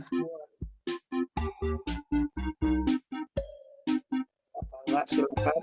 Waduh, ada satu bar itu bukan anak FKP. Oke, Bang Edo memimpin. Oke, kita masuk ke pertanyaan ketiga.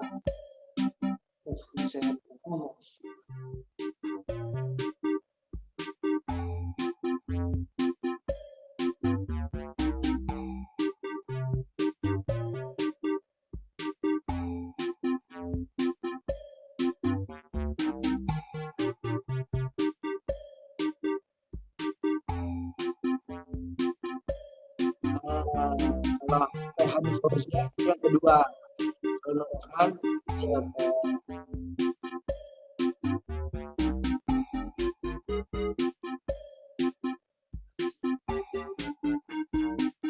Baik, Pertanyaan keempat. Apa itu e-commerce? Ya, jawabnya agak sedikit lambat. Mungkin mencari di Google.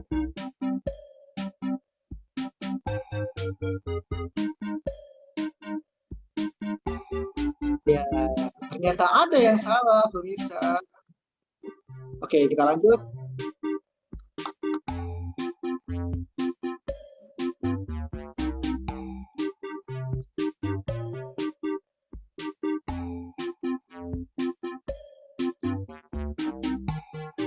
Model bisnis yang sangat berdampak dengan pandemik adalah macam-macam ya. Ada yang terdampak. Terdampak di sini pertanyaannya adalah terdampak turun.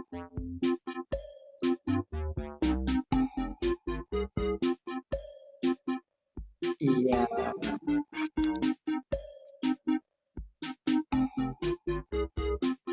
Ada nih sekarang memimpin. Karena peserta kurang dari 20, kita hanya mencari 3 orang pemenang saja. 3. Singkatan dari apa? COD. Main Facebook, beli handphone pasti tahu COD. Iya. Oke, ada nih masih memimpin. Kita sekarang masuk ke pertanyaan ke-7. Siapakah anggota SKP yang menjadi narasumber kali ini? Banyak ya. Kalian dong sih nanya.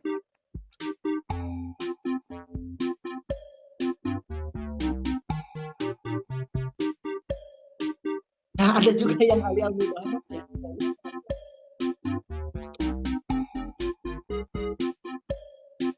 Oke, ada nih masih memimpin. Sisa 3 pertanyaan lagi untuk hanya 3 orang pemenang. Singkatan dari apa putu? Weh putu.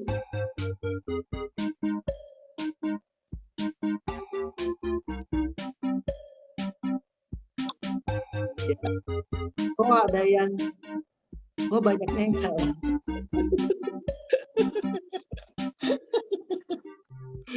Oke, kita masuk ke pertanyaan ke-9.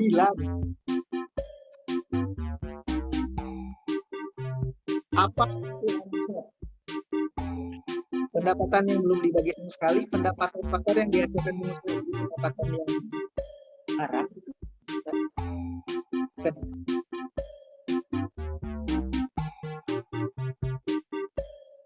kita lihat di pertanyaan ke-9 siapa yang jadi pemenangnya. Ini step paling tinggi. Oh, ada nih masih memimpin nih, ada nih. Pertanyaan terakhir. Apakah Dama bisa menyusul? Apa nama perusahaan yang dibuat oleh Nambosan?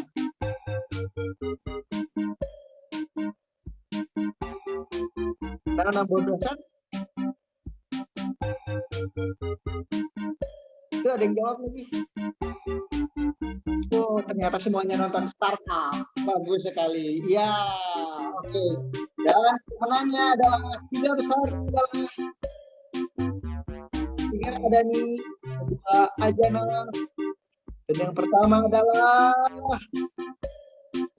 Dama. Oke, tepuk tangan semua. Selamat Ajana dan Ajani. Atau bisa kontak nanti ke Kang Ali ya, minta ke Kang Ali. Nggak bercanda, bisa nanti langsung kontak ke panitia aja. Cukup? Baik, jadi itulah yang mengakhiri tadi acara webinar kita pada pertemuan pertama ini. Alhamdulillah. Oh, ini ada yang nanya, gimana cara dapat hadiahnya, Kang? Nanti boleh dikontak VK aja ya, dikontak yang ada di situ Zoom dari panitia, bisa nanti dikontak aja. 3 besar, alhamdulillah menang.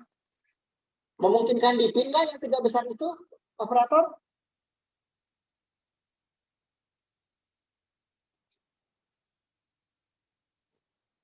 Oh, tidak bisa. Oke. Ya. Untuk para pemenang nanti bisa langsung kontak aja. Terima kasih buat pertemuan kali ini. Next untuk acara webinar kedua akan kita laksanakan di minggu depan. Mungkin ini sedikit teasernya. Ini panitianya, mana kontaknya, boleh langsung dibalas. Udah? Baik, kita nanti akan langsung lihat di minggu depan kita akan masuk ke pembahasan apa dari 4 pembahasan yang kita bahas di dalam 7 kali pertemuan. Yaitu ada finansial, ada human resource, ada marketing, dan ada legal. Mungkin Bapak operator.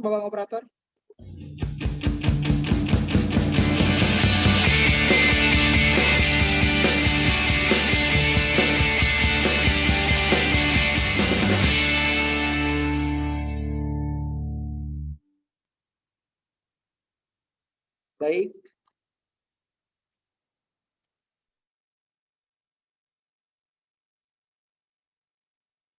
Untuk minggu depan kita akan masuk dengan tema marketing. Jadi ditunggu lagi nanti kehadirannya.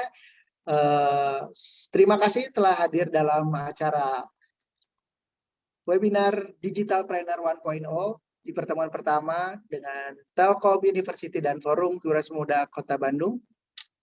Oke, tadi ada masukan untuk webinar kedua, nanti kita akan remind lagi dengan email dan di grup FKP tentunya, dan di cabang-cabang grup-grup lain, grup-grup kewirausahaan yang ada di kontak WhatsApp tentunya. Nah, untuk pemenang udah bisa hubungi Mbak Yulia ya, itu kontaknya sudah ada. Alhamdulillah pemenang nonton webinar, dapat ilmu, dapat duit. Alhamdulillahirabbil alamin. Insya Allah minggu depan juga bakal ada lagi kuisnya. Kalau dari ada teman-teman UMKM yang mau menyumbang kuis, hadiah kuis, diperbolehkan juga. Sangat tidak menutup kemungkinan. Dan mungkin di minggu depan pematerinya kita akan bertambah lagi atau kita akan adjust sesuai dengan kebutuhan acara di minggu depan. Mungkin itu saja dari saya. Saya selaku pembawa acara, Billy Sandi Pratama, mengucapkan sekali lagi terima kasih dan pamit undur diri. Wassalamualaikum warahmatullahi wabarakatuh.